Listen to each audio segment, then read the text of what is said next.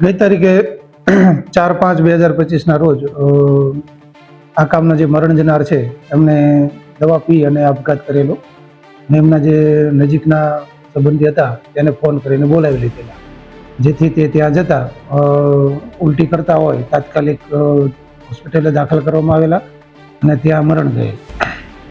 ત્યારબાદ સૌપ્રથમ અકસ્માત મોતનો ગુનો નોંધવામાં આવેલો અને એમાં તપાસ કરતા પાછળથી સુસાઇડ નોટ અને મૃતકે પોતે વિડીયો બનાવેલો હોય પોતાના ફોનમાં અને એમાં જે નામ એના મોતના પાછળ જવાબદાર જે નામ આપેલા તે તમામ વિરુદ્ધમાં ગઈ તારીખ 9/5/2025 રોજ ઉત્તરાયણ પોલીસ સ્ટેશનમાં ગુનો નોંધવામાં આવેલ છે, જેમાંથી મુખ્ય 2 આરોપીઓની ધરપકડ કરવામાં આવેલ છે.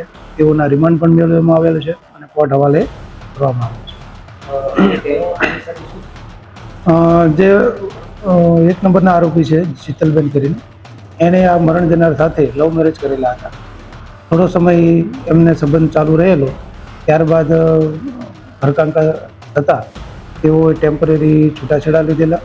ત્યારબાદ પણ એકબીજાને સંબંધ ચાલુ રહેલો હશે અને એ દરમિયાન એને બીજા સાથે પણ સંબંધ હોય, જેથી વારંવાર ઝઘડા થતા હોય અને કોઈ અગમ્ય કારણસર એને પોતે એમના ત્રાસથી, આરોપીઓના ત્રાસથી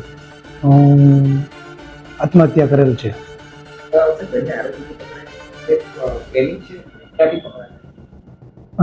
બંનેને વચ્ચે પ્રેમ સંબંધ છે, પૂછપરછ કરતા જાણવા મળે છે અને બંને નવસારીમાંથી એક હોટલમાંથી મળી આવે.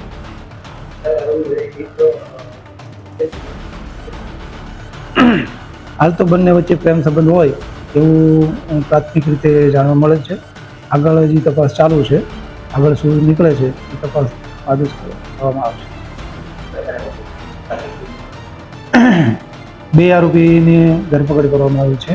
એક છે શીતલબેન લાલુભાઈ રાઠવા, મૂળ રહે નર્મદા જિલ્લાના છે, હાલ અહીંયા સુરતમાં રહે છે. અને આરોપી નંબર 2 છે એ મોહસિન ઉર્ફે ટાઈગર છે, મોહસિન ટાઈગર, જે હાલમાં બહાર મોરિશિયસ ધંધો કરે છે, બિઝનેસ કરે છે, જે ભારત અને મોરિશિયસના આવજા કરતો હોય છે.